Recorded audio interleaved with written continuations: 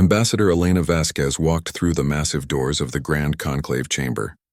The ceiling stretched so high above her that clouds actually formed near the top. The room was built to impress, and it did.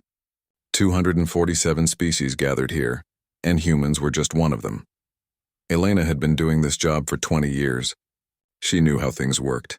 She knew which species voted together, which ones held grudges, and which ones would talk big but do nothing. Today felt different, though. The agenda simply said, "New requirements discussion." That was never good. She took her seat at the human delegation table. Her team sat with her.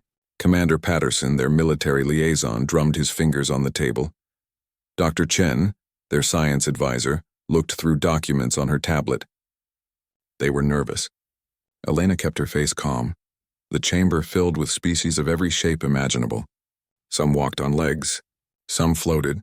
Some were just clouds of gas in special containers. The crystalline beings from Chuckled species caught the light and threw rainbows across the walls. They were the founders of the council. They made sure everyone knew it. Speaker Chuckled moved to the center platform. His crystalline body rang like bells when he moved. The council recognizes that we face new threats. Pirates grow bolder. Disease spreads across trade routes. Our infrastructure ages. We must all contribute more to meet these challenges. Elena listened carefully. This was the setup. The real punch would come next. Therefore, Chuckled continued, the council has voted to establish new contribution quotas. All member species will provide 40% of their gross domestic product and 30% of their military forces to council operations. This is effective immediately. The chamber erupted in noise. Species argued in 100 different languages. The translation devices everyone wore struggled to keep up. Elena sat very still. Her mind raced through the numbers. 40% of Earth's economy. 30% of their fleet. The frontier colonies would collapse. They barely survived as it was. Mining operations on the outer worlds depended on every credit they made. The agricultural colonies were just starting to turn a profit after decades of investment. She pressed the button to request speaking time. A light appeared above the human delegation table. Chuckled's many eyes turned toward her. The council recognizes Ambassador Vasquez of humanity. Elena stood. Her voice carried clearly through the chamber. Speaker Chuckled, honored council members. Humanity has been a proud member of this council for 83 years. We have always contributed willingly to our shared goals. Currently, we provide 35% of our GDP and 28% of our military to council operations. We do this voluntarily because we believe in this institution. She paused. Some species nodded. Others looked bored. However, the new quotas would devastate our economy. We have 4 billion citizens living in frontier colonies. These colonies operate on thin margins. Taking 40% of our GDP would mean we cannot supply them with basic necessities. We cannot defend them. Many would die. Chuckled's chiming voice held a dismissive tone. Ambassador Vasquez, every species faces challenges. The needs of the many outweigh the needs of the few. Surely humanity understands basic mathematics.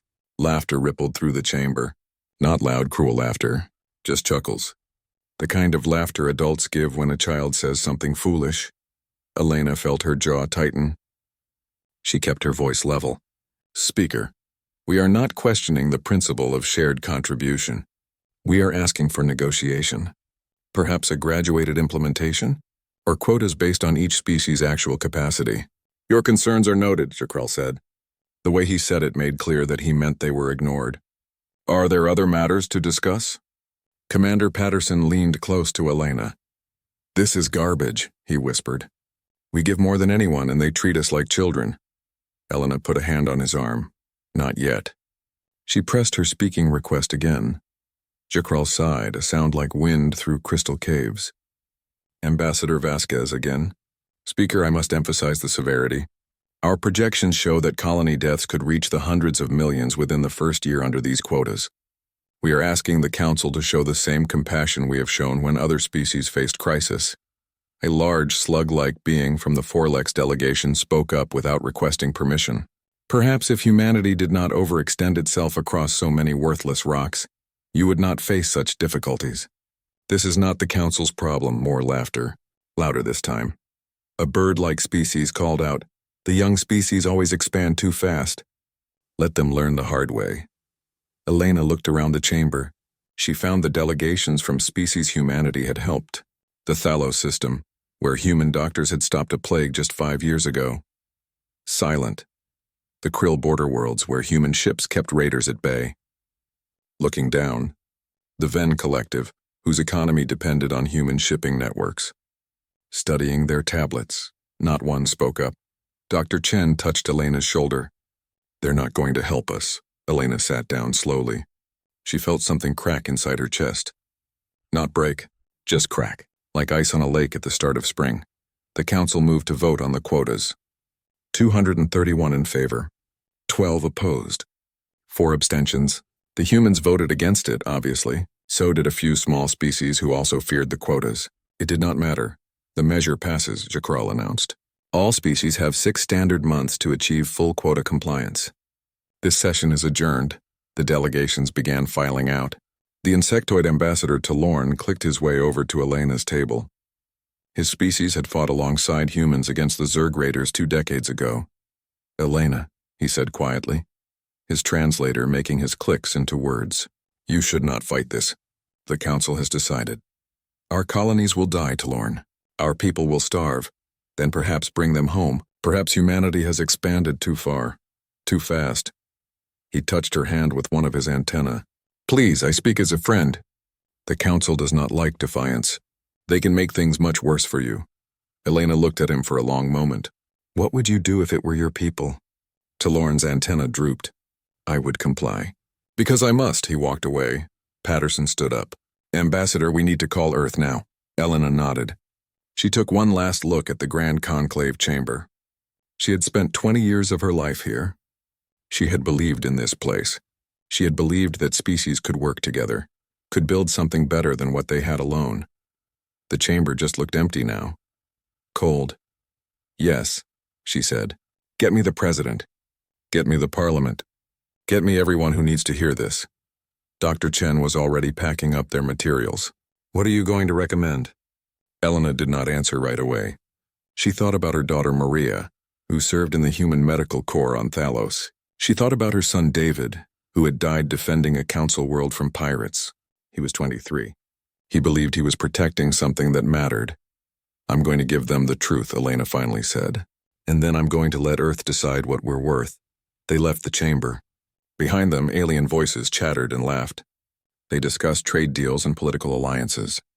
None of them talked about humanity. None of them realized that something had just changed. The ice was cracking. The next council session happened 3 days later. Elena had spent those 72 hours in constant communication with Earth. Video calls with the president. Emergency sessions with Parliament. Consultations with economic advisors, military strategists, and colony representatives. The numbers were clear. The quotas would kill their civilization as they knew it. She walked into the chamber with a presentation prepared. Charts, graphs, economic models. Everything the council would need to understand what they were asking humanity to do. The human delegation set up their display. A holographic projection showed the outer rim colonies. Red zones marked areas that would lose life support within 6 months under the quotas. Yellow zones showed agricultural collapse. Blue zones showed complete economic failure. More than half the map was colored. Elena requested speaking time. Chuckled granted it with obvious impatience. Honored council members, Elena began.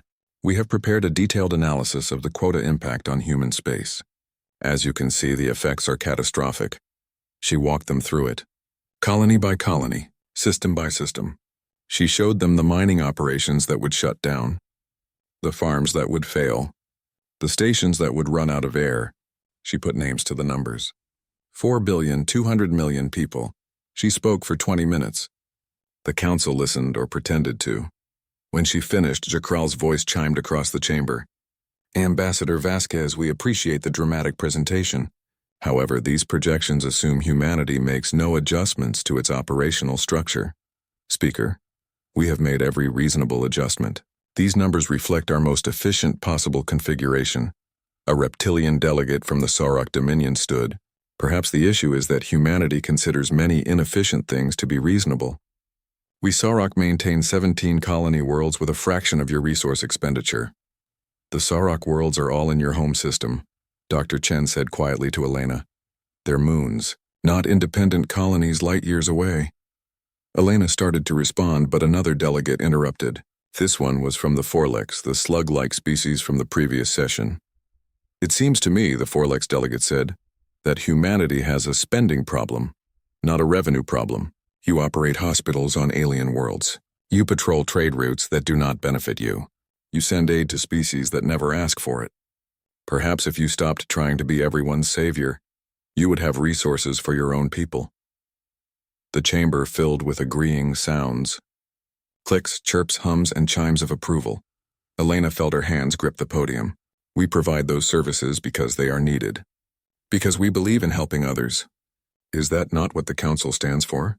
The Council stands for order and civilization, Zirkral replied. Not for enabling species to overextend themselves and then complain about the consequences. Perhaps this is a teaching moment. Perhaps humanity is not ready for the responsibilities of civilized space. The laughter was louder this time, not chuckles. Real laughter. Patterson half rose from his seat. Elena grabbed his arm and pulled him back down. The session continued for another 2 hours. Every argument Elena made was dismissed. Every statistic was questioned. Every projection was called exaggerated. The avian species suggested humans were being dramatic for attention. The crystalline founders implied humans were too emotional to think clearly. The Forlex outright said that humans were too stupid to manage an interstellar civilization properly, and the species that humanity had helped? Still silent. The Thalos delegation found their tablets fascinating. The Krill representatives seemed very interested in the ceiling. The Ven collective representatives were not even in attendance. When the session ended, Elena felt numb. Not angry anymore. Just hollow. Back in their quarters, the human delegation gathered. Patterson paced like a caged animal. Dr. Chen stared at her tablet without seeing it. The other team members sat in stunned silence. 83 years, Patterson said. 83 years of bleeding for them. And they laugh at us. They think we're children, Dr. Chen added. They think we're pets who need to be trained. Elena sat by the window. Outside, alien ships came and went from the council station. Each one represented a species that humanity had helped at some point. Medical assistance, military support, engineering expertise, food aid during famines, shelter during natural disasters. A knock on the door interrupted her thoughts. Patterson checked the security screen. It's Tilorn. Let him in, Elena said. The insectoid ambassador entered. He looked uncomfortable, his antenna twitching nervously. Elena, I come as a friend. Unofficially. I'm not sure the council would approve of you having human friends right now, Elena said. Her voice was flat. Please listen, I spoke with several other delegates after the session. The council leadership will not negotiate. They see human resistance as a challenge to their authority. If you continue to push, they will move to expel humanity from the council entirely. And you think that would be worse than watching 4 billion of our people die? Tilorn's antenna drooped. I think you should comply. Bring your colonists home. Consolidate. In a few generations, you can expand again. Bring them home to where, Tilorn? Earth is at capacity. Mars is at capacity. Our inner system colonies are full. There is nowhere for 4 billion people to go. Then you must find a way, because defying the council will not end well for humanity. Elena stood and faced him. Let me ask you something. When the Zerg raiders attacked your border worlds 20 years ago, what did humanity do? Tilorn was quiet for a moment. You sent your fleet. You lost 3,000 soldiers defending our worlds. My son was one of those 3,000. He was 23 years old. He believed he was doing the right thing. Tell me, Tilorn, how many of your people did we save? 40 million. And when we asked the council to help us establish better border defenses afterward, what happened? Tilorn looked at the floor. The motion failed. They said each species should defend themselves. But we still defended you, because it was right. Elena's voice was quiet but hard. And now we ask for help and you tell us to comply or face expulsion. Is that what the council has taught you? Take everything and give nothing? Elena, please. I am trying to help you understand the reality. I understand reality perfectly, Ambassador Tilorn. What I'm starting to understand is that we've been living in a fantasy. We thought the council was a community. We were wrong. It's a hierarchy, and humans are at the bottom. Tilorn left shortly after. He said nothing more. The human delegation sat together late into the night. They received messages from Earth. The president wanted options. Parliament was divided. Some representatives demanded defiance, others urged compliance. The military said they could not defend the colonies and meet the quotas. It was mathematically impossible. Elena looked at the faces of her team.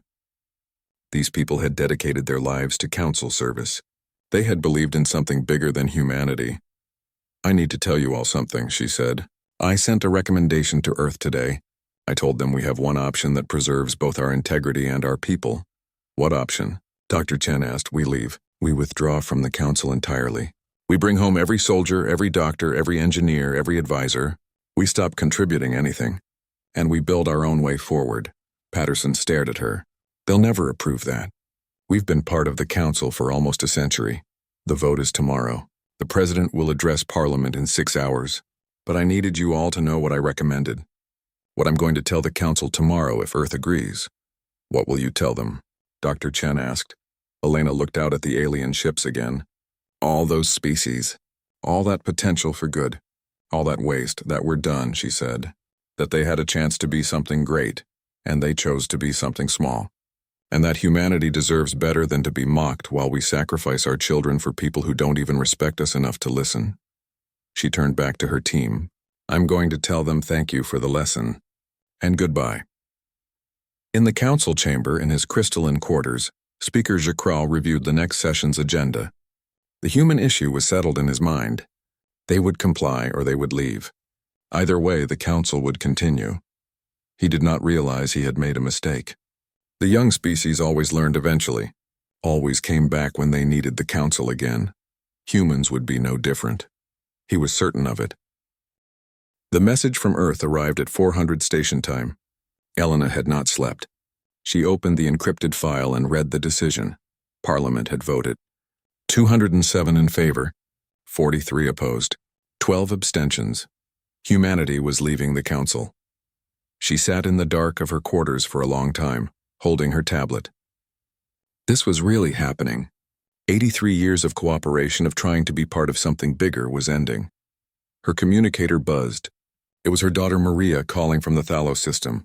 "Mom," Maria's face appeared on the screen. She looked tired. She had been working 18-hour shifts at the hospital there for months. "Is it true? Are they really making us leave?" "We're not being made to leave, honey. We're choosing to. The Thalos government just sent me a message. They're asking if Earth will reconsider. They say they need our medical teams." "What do you think they should have done, Maria?" Her daughter was quiet for a moment. "They should have spoken up in the council. They should have defended us like we defended them. Yes, they should have. Pack your things, sweetheart. You're coming home." The call ended. Elena began preparing her final speech to the council. The Grand Conclave chamber was full when the human delegation arrived. Word had spread that something was happening. Species that rarely attended were present. The galleries were packed. Elena walked to the human delegation table. She carried only a single piece of paper. Everything she needed to say was on it. 2 minutes worth of words. Chuckled called the session to order. "Before we begin regular business, Ambassador Vasquez has requested emergency speaking time. This is highly irregular, but given the circumstances, it is granted." Elena stood. She walked to the center platform. She looked around the chamber at all the species gathered there. She had spent 20 years learning their names, their cultures, their histories. She had truly believed this place mattered.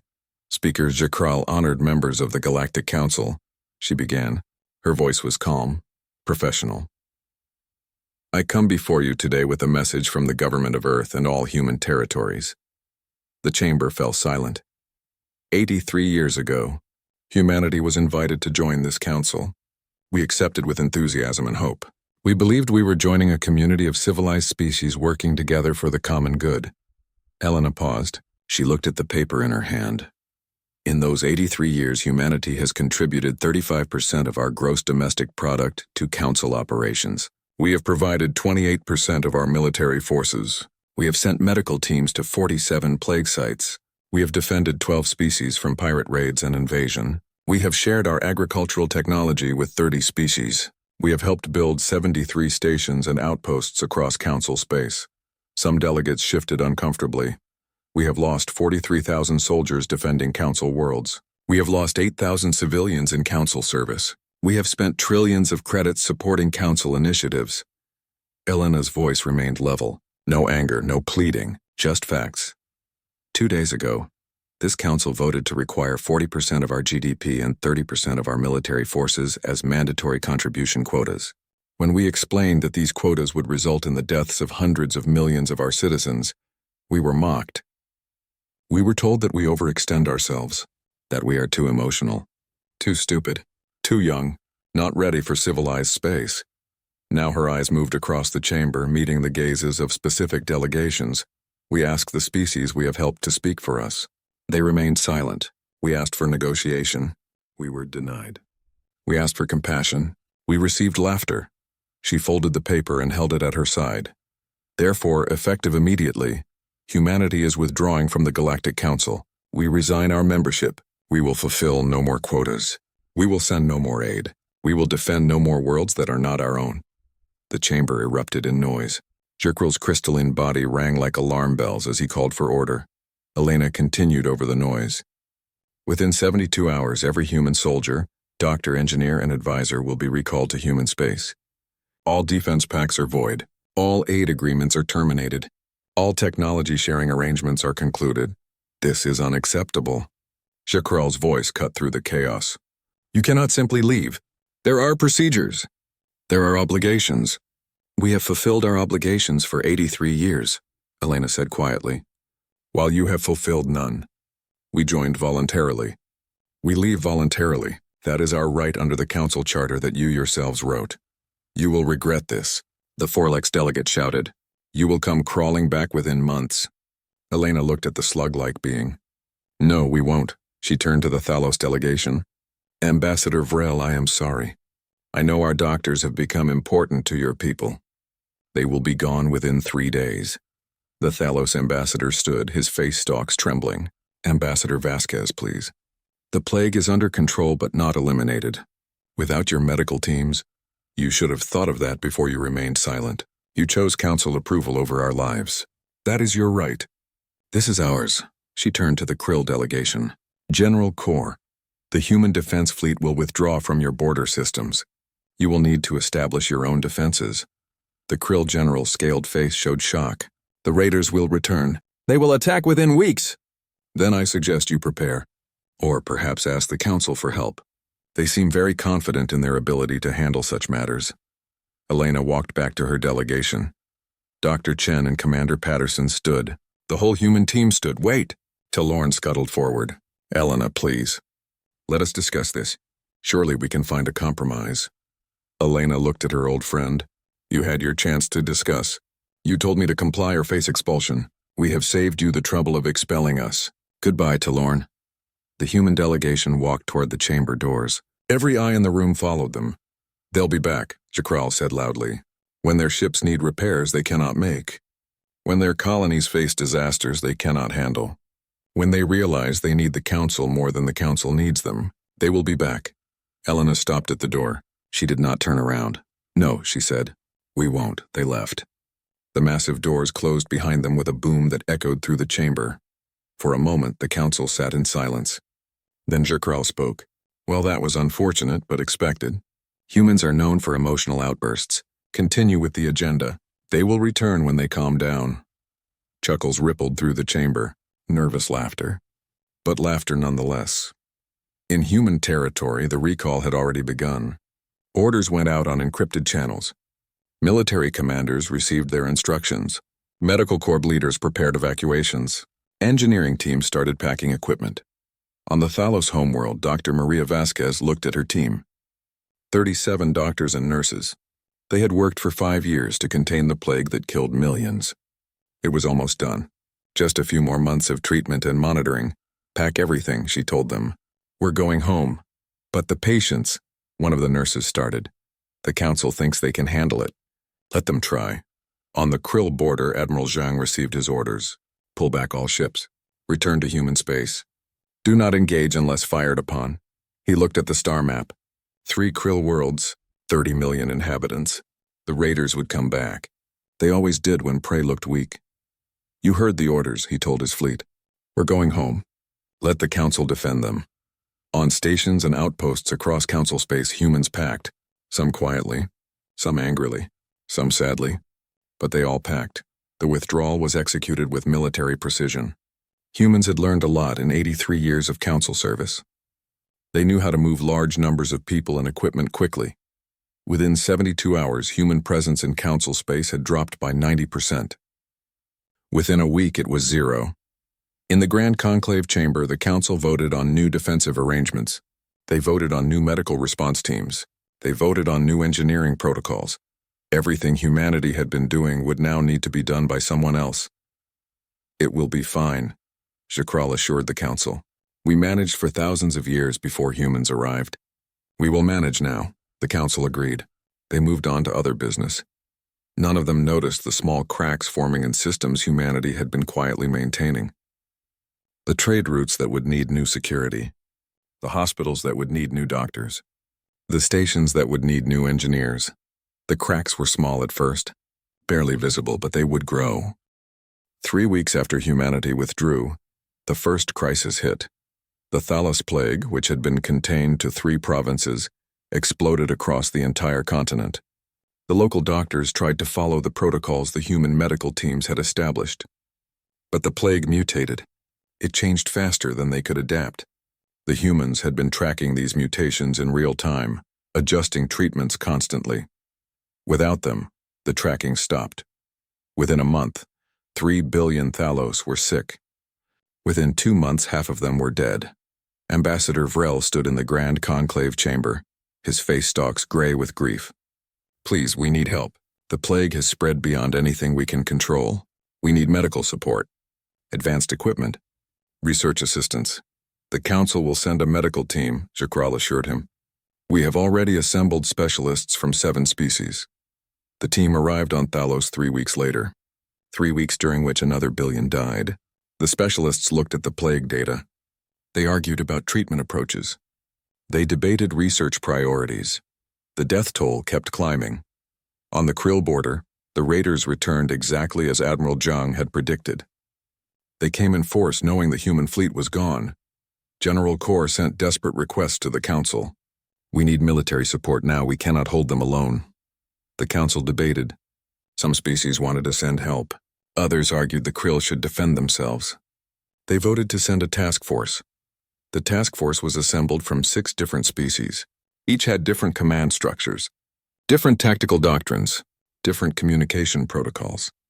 The humans had spent decades learning to coordinate with everyone. These 6 species had never worked together before. By the time they reached the Krill border, 2 worlds had already fallen. 17 million dead. The task force engaged the raiders. They lost 4 ships in the first battle because nobody could coordinate fire support properly. The raiders retreated, but they would be back. They always came back. The Dyson Sphere project in the Andor sector faced a different crisis. The massive construction was 60% complete. It was supposed to provide power for 40 systems. Human engineers had designed the stabilization network. They understood the quantum harmonics that kept the massive structure from tearing itself apart. The lead engineer, a member of the crystalline species like Chuckled, reviewed the human designs. The math was complex, very complex. His team tried to replicate the stabilization protocols. They got it wrong. A harmonic cascade started in Sector 7. It spread. The Dyson sphere began vibrating at frequencies that stressed the structural supports. 3 sections broke apart. The debris killed everyone working there. 7,000 construction workers from 12 species. The project was suspended indefinitely. In the Venn Collective, trade began to collapse. The humans had managed 70% of the shipping coordination across Council space. They had built networks, established routes, created protocols that made everything run smoothly. Those networks were based on human AI systems. Those routes were optimized by human analysts. Those protocols assumed human ships would be available to fill gaps. Without humans, ships sat in ports waiting for clearance. Cargo rotted in warehouses. Colonies ran out of supplies. The Ven tried to rebuild the systems. It would take years. They did not have years. 6 months after humanity left, 43 Council species were facing serious problems. 12 were facing catastrophic problems. Talorn sent a message to Elena. She did not respond. He sent another. Silence. He sent a formal diplomatic request. It was returned unopened. In the Grand Conclave chamber, the mood had changed. No more laughter. No more dismissive comments. The council members looked tired, stressed. "We need to address the resource crisis," the Forlex delegate said. His tone was different now. Less arrogant. "Food shipments to the outer colonies have dropped 70%. Our people are starving." "The medical emergency on Thalos continues," Ambassador Vrel reported. His species had lost 4 billion now. Over half their population. "We still have no containment. The plague spreads. The raider attacks have escalated," General Kor said. His face showed shame and anger. "We have lost 3 worlds now. 23 million dead. The Council Task Force cannot coordinate effectively enough to defend us." Report after report. Crisis after crisis. Everything humanity had been quietly maintaining was falling apart. "Why did we not notice how much they did?" someone asked. Chuckled had no answer. He had been certain the Council could function without humanity. They had thousands of years of experience, hundreds of advanced species, but none of them worked together like humans did. None of them had spent 83 years learning every other species' strengths and weaknesses. None of them had built their entire role around connecting everyone else. Humans had been the glue holding the Council together. Nobody realized it until they were gone. "We should invite them back," Talorn suggested. "Offer them better terms. Reduced quotas. Perhaps no quotas at all." "They will come back anyway," Chuckled said, but his voice lacked certainty now. "They need the Council." "Do they?" Talorn asked. "Has anyone checked what is happening in human space?" Nobody had. They had been too busy with their own crises. Talorn presented his research to the Council. What he showed them made the chamber fall silent. Human colonies were thriving. Without the burden of Council quotas, they had resources to invest in themselves. The frontier worlds were expanding. New colonies were being established. Their economy was growing faster than it had in 50 years. But more interesting were the diplomatic developments. 17 species had approached humanity for bilateral trade agreements, not Council species. These were independent worlds that had never joined the Council. Smaller civilizations. They wanted human medical support, human engineering expertise, human defense assistance, and humanity was providing it, but on their terms.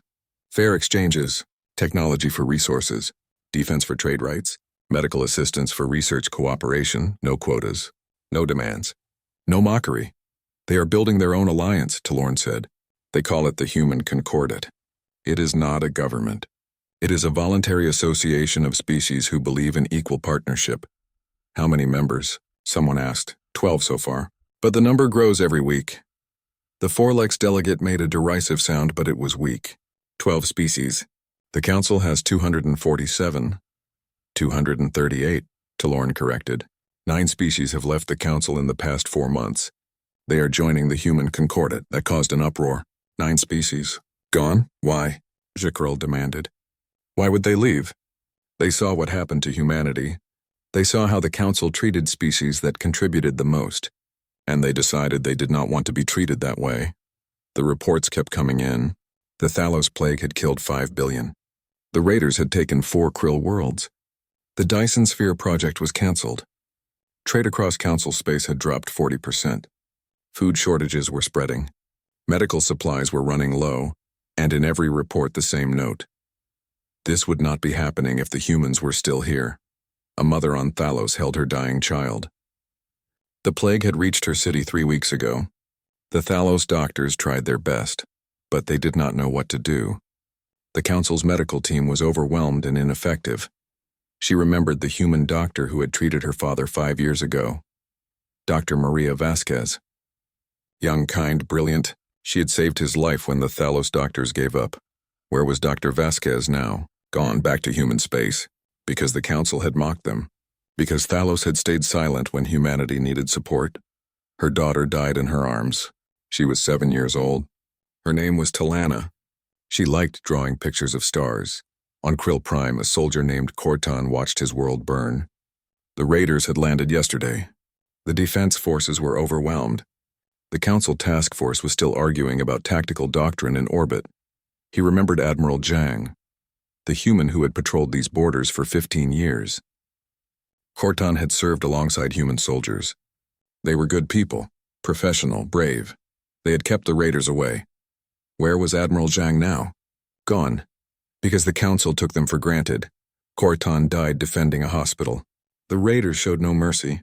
300,000 civilians died with him. The reports piled up on Jakral's desk. He read them all. Every death. Every failure. Every crisis that could have been prevented. He had been so certain humanity would come back.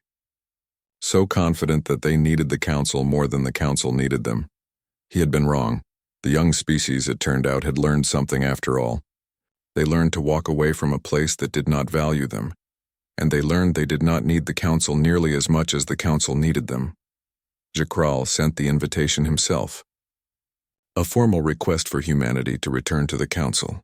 He offered reduced quotas, better terms, apologies for the disrespect. He sent it to the human embassy on New Terra, the capital of their growing concordat, and he waited for their response. The invitation sat in Elena Vasquez's office for 3 days before she opened it. She knew what it would say. She had been waiting for it. Jakral's message was formal but lacked the usual arrogance. He acknowledged that the council had made mistakes. He offered humanity a return with no mandatory quotas, full membership, restored privileges, an apology to be delivered before the entire council. Elena read it twice. Then she set it aside and returned to work. New Terra was beautiful. The capital of the human concordat had been built in just 6 months. It sat on a terraformed moon in the Sol system's outer reaches. 60 species had sent representatives, not just the 12 members of the concordat, others who were interested, others who were tired of the council's hierarchy. The concordat building was smaller than the grand conclave chamber. It did not try to impress. It was functional, comfortable, designed for actual work instead of political theater. Elena walked through the halls. She passed delegates from species she had never heard of 6 months ago. The Mir, a silicon-based species from a high-gravity world. The Lith energy beings who communicated through light patterns. The Sorvan, a hive mind that had left the council after watching humanity's treatment. Each had their own story. Each had their own reason for choosing this place over the council. She entered the conference room where her advisors waited. Dr. Chen was there, now head of the Concordat's medical initiative. Commander Patterson led security operations. Talorn was there too. He had resigned from the council 3 months ago and asked to join the Concordat. After long consideration, humanity had accepted him. The council's invitation, Elena said, placing the message on the table. Thoughts? It's a trap, Patterson said immediately. They want us to come back so they can control us again. It reads sincere, Doctor, Chen observed. Jakral is admitting fault. That's unprecedented for him. Talorn's antenna drooped. It is sincere. The council is desperate. The crises continue to multiply. But sincerity does not erase what they did, or what they are. Elena looked at her old friend. What would you have us do, Talorn? I would have you refuse, but I would also have you understand what refusal means. The Thalos plague has killed 6 billion now. The Krill have lost half their territory. Millions are dying from crises that humanity could solve. Could solve, Elena repeated. That's the key word, isn't it? We could fix their problems, if we went back, if we submitted ourselves to their authority again, if we accepted that our role is to serve while they mock us. She stood and walked to the window. Outside, ships from 30 species came and went. The Concordat was growing faster than anyone had predicted. I've received 473 personal messages in the past month, Elena said quietly. From individuals on council worlds, Thalos mothers whose children died from the plague, Krill soldiers who watched their homes burn, Ven traders who lost everything when the shipping networks collapsed. They all ask the same thing. Why won't we help? The room was silent. And you know what I tell them? Elena turned back to face her team. I tell them to ask their governments. Ask why their leaders stayed silent when humanity needed support. Ask why they value council approval more than human lives. ask why they think we owe them anything after how we were treated. But people are dying, Dr. Chen said softly. People who had no say in the council's decisions. People died in our colonies too. Millions would have died if we had stayed and accepted those quotas. The council was willing to sacrifice our people. They don't get to be surprised when we're unwilling to sacrifice ourselves for theirs. Elena sat down. Send my response to Chuckled. I'll dictate it now.